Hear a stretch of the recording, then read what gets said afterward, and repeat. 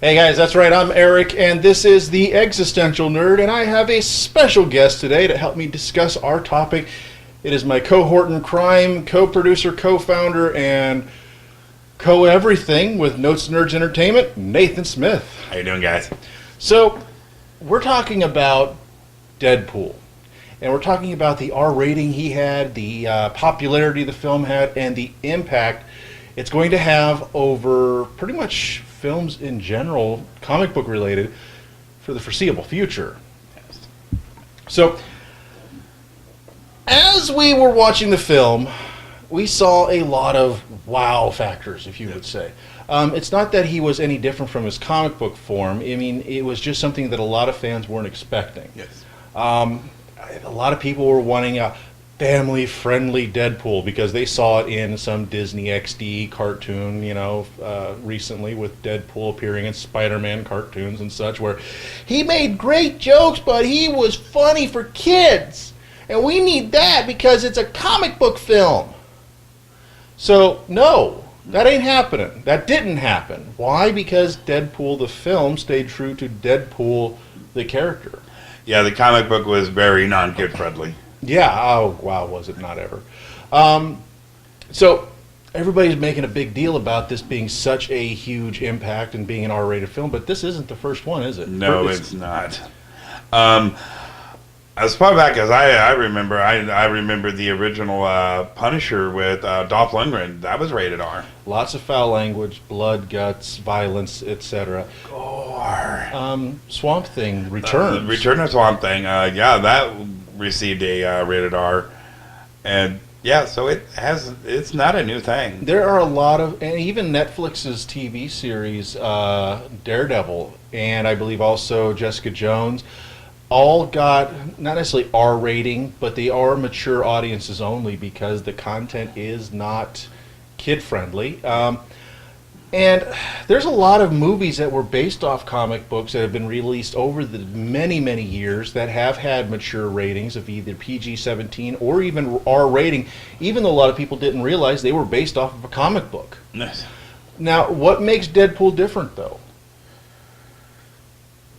A lot of things. I mean, wow, that's a very open.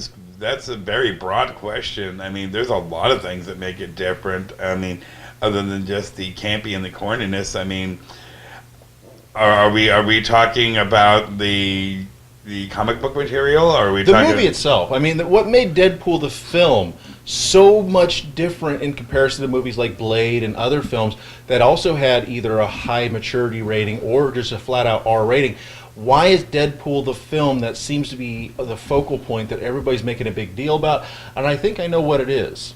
Deadpool, all the other films have been released in some form or another by major studios, Fox, Universal, etc. But the big difference here is Deadpool is a film that is in the age when comic book films are popular, when there's no foreseeable stop to the films that are currently being released. And he is a character that spoke specifically for adults. It was the comic book action hero film that garnered specifically to the adult audience without having to be kid friendly. Yeah, I think with Deadpool, he is definitely a character that you can break down all walls with, unlike maybe certain characters from DC or Marvel that you can't get that loose with. Like Batman. Batman might be a violent character, but he's very structured that he doesn't swear, and if he does, it's because it's like written into the story that it's poignant, that it kind of helps emphasize the situation. Superman is very, very structured, where he has a very strict set of rules because he's a god amongst men.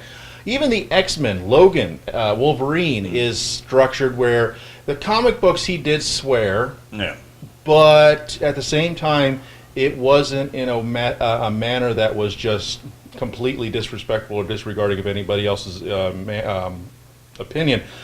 Deadpool just didn't care. Yeah.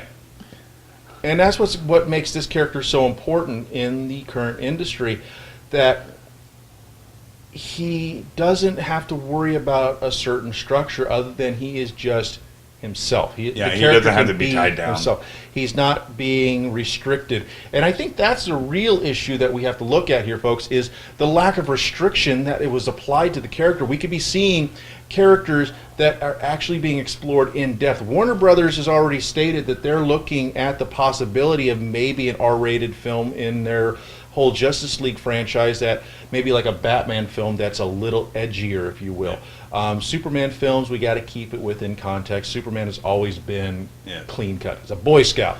Well, a lot of people fail to recognize there's certain characters that you can keep family friendly, and certain ones you cannot, because you lose that edge and you lose that rawness.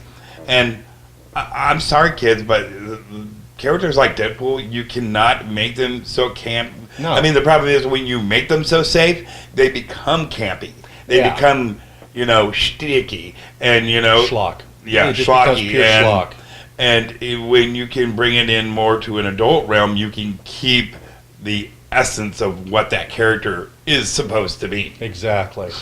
Now, the impact that this is going to have on other films, there's a lot of pros, and there's also the potential of cons. There's the good and the bad that we have to watch out for. Marvel Disney has already stated that none of their films are ever going to have an R rating. Maybe a PG-17, but never anything higher than that, because of the fact, well, we're talking about Disney.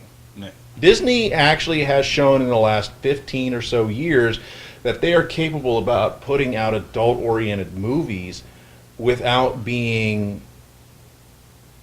adult-oriented. Yeah. That they can you can still take your family to go see a good film, but not worry that, oh gosh, that movie was just so I'm kiddie. not going to point out the obvious, but we all know that Disney has put out some questionable stuff in the past. But I'm not saying anything by that. That's a whole topic that YouTube videos have gone on conquest with.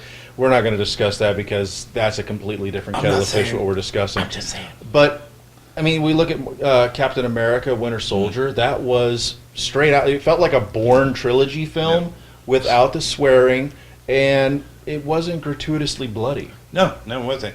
And it still, kept its, the actionness. It wasn't kiddie. No. It was something that, yes, you could take your children to, up to down to a certain age, and they would be able to enjoy the film, and you wouldn't have to be sitting here going like, oh, nope, you can't see that scene. But it was still impressive. I mean, one, I got to give it to Disney. I mean, applause. You kept Samuel L. Jackson from having to drop the F-bomb. Yeah, and trying to keep Samuel L. Jackson from dropping the F-bomb is hard. I mean, it looked like it was a struggle in the Star Wars prequel trilogy. Of course, just watching those films was a struggle. Yeah. But that's another topic for another time. So, guys, Nathan, tell me, with Deadpool and his impact, do you expect to see something like the 20th Century Fox trying to, maybe let's say they try to reboot Fantastic Four again? Do you think they would go for an edgier, F-bomb friendly version? I would. I'll have two things here. Yes, I'd like to see superhero movies get more edgier, and not just dark gothic style, just being more adult oriented for those characters that need to be that, so they don't lose the purity of the character and don't become schlocky. And we don't need to see a early 90s era Batman stuff again. Yeah, and to go along with your other question, I just think Fantastic Four needs to be took out to the pasture and pretty much. When you have three versions and all are as horrible as the other, just stop. I think, honestly, Fantastic Four should go back to Marvel, be done by Disney, and turned into maybe a family-friendly show, a series. There we go. Yeah, and I got some ideas, so Disney, Marvel, talk to me. Hell, Fox, if you want to do it, talk to me. Even Netflix. Yeah, but then, like I said... Netflix and Hulu are doing great things with some of these series. You never know. They might be able to put some life in Fantastic Four these directors never thought about. Off topic, I think I know the greatest way to make Fantastic Four interesting. Sitcom. It's already the laughing stock of the comic book industry in the last 10 years. Pretty much. Why don't we just make it a literal laughing stock and turn the Fantastic Four into a sitcom? So, guys, all right. R-rated films and comic book films have had their problems. Blade had enough of a following that it was popular enough and it kept getting its sequels. Of course, it didn't have the monstrous budget either. But of course, Deadpool, rumor has it, $58 million was its budget. Yeah.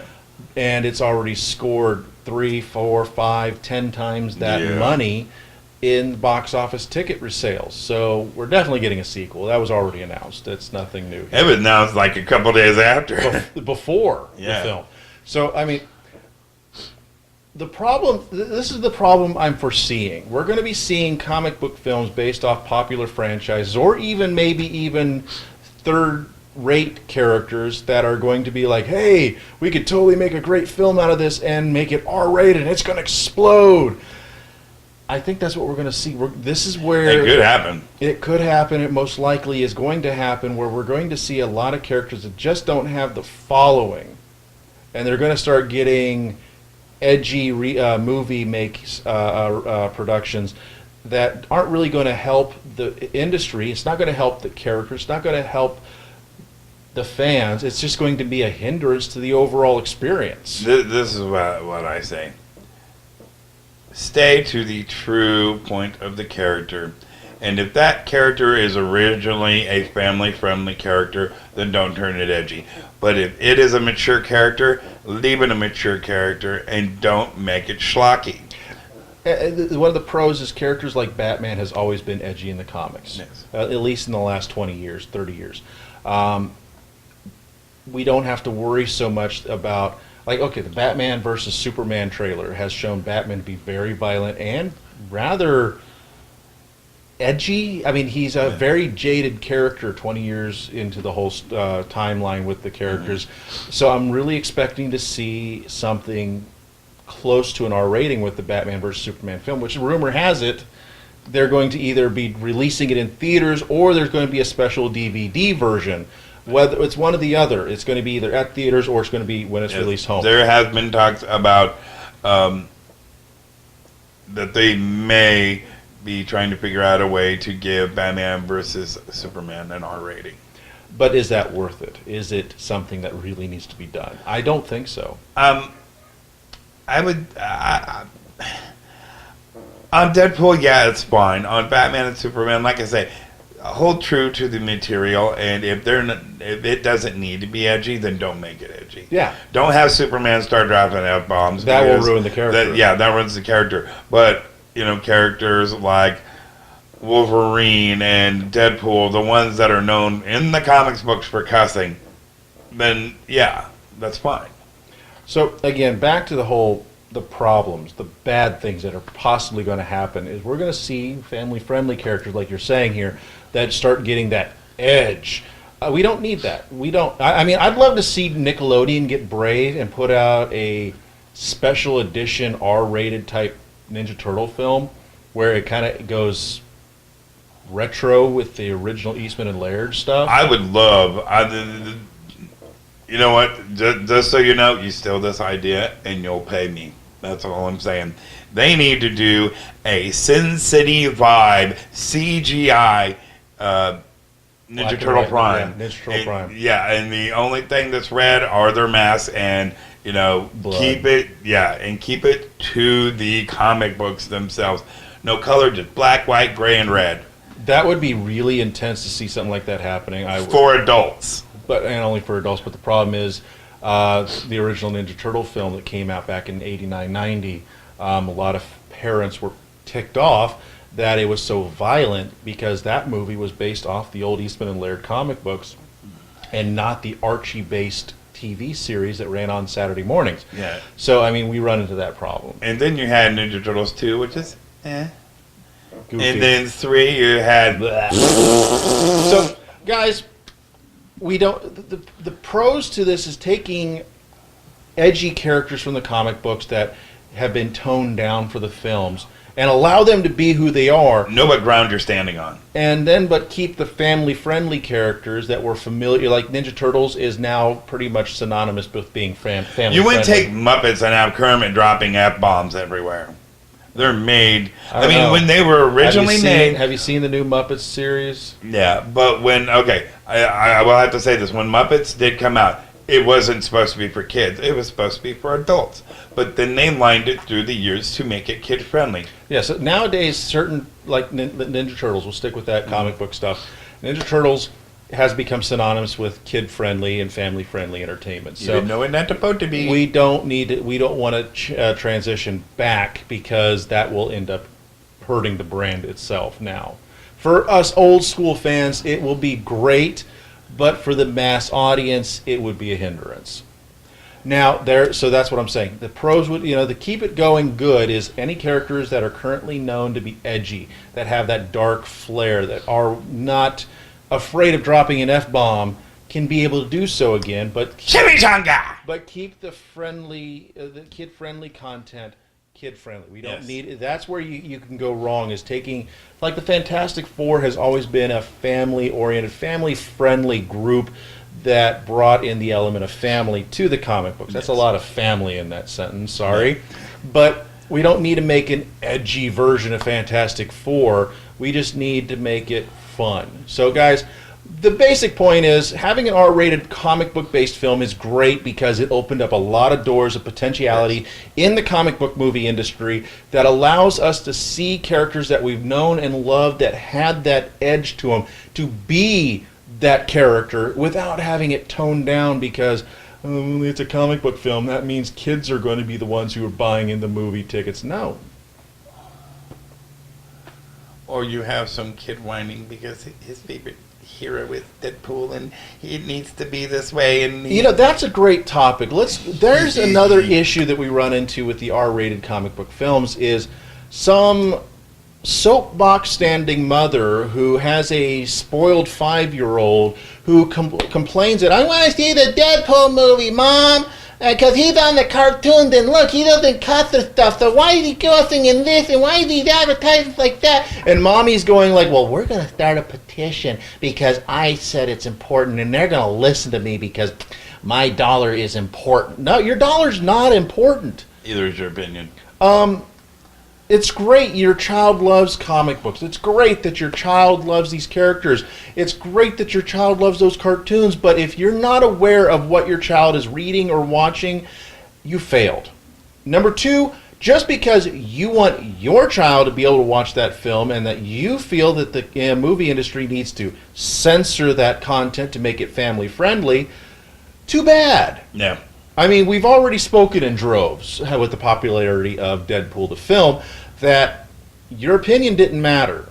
We understand you want to be able to have your child enjoy these films. You want to experience the fun that you get from your child being in awe of what they're seeing in these films.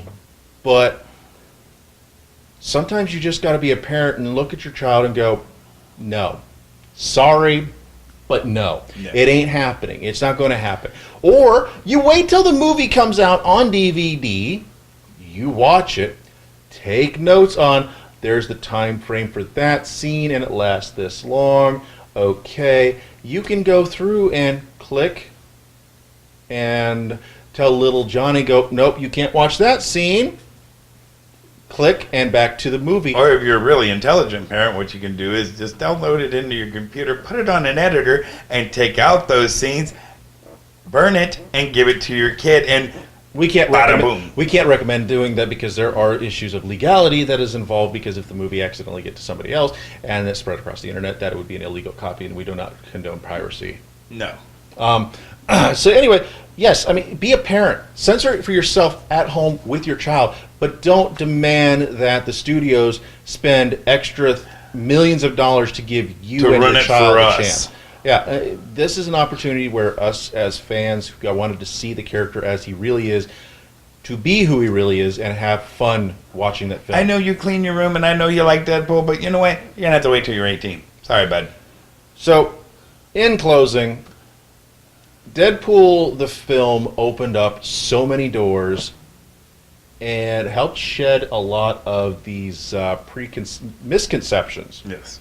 of what a comic book film is supposed to be, and helped establish the fact that comic book films are for adults, not just kids. And that's where a lot of the industry is having to realize that they're not making money off of children. They're not making money off of adults having to go sit through a boring comic book. We adults grew up with these characters. We adults dreamt of watching our favorite characters on screen, and when we did as kids, they was always schlocky films. Yeah. I mean, but now it's just, the Deadpool movie has proved you don't need the kids in there to get people in there, because, you know, like you said earlier, they made millions and millions of dollars off this movie, and it was nothing but people 18 and older going to watch it. no And children were involved, and the movie just was an absolute 100% success, not just for February, but for so far this year. yeah, sometimes it doesn't always have to be friendly. Done. So, guys, we're going to be discussing more coming up on future episodes here on The Existential Nerd. We're still looking for the opportunity to have interviews with some great guests. We are hoping to have more celebrities coming up over the course of the year from the various Comic-Cons that we will be covering through our Notes and Nerds episodes. Keep tuned in with that. Don't forget, go to our Patreon page at patreon.com/Notes and Nerds to help support this show and our other Notes and Nerds entertainment shows, such as Music Hour with Nathan Smith. So, guys, thank you for tuning in, and hey, we'll be back.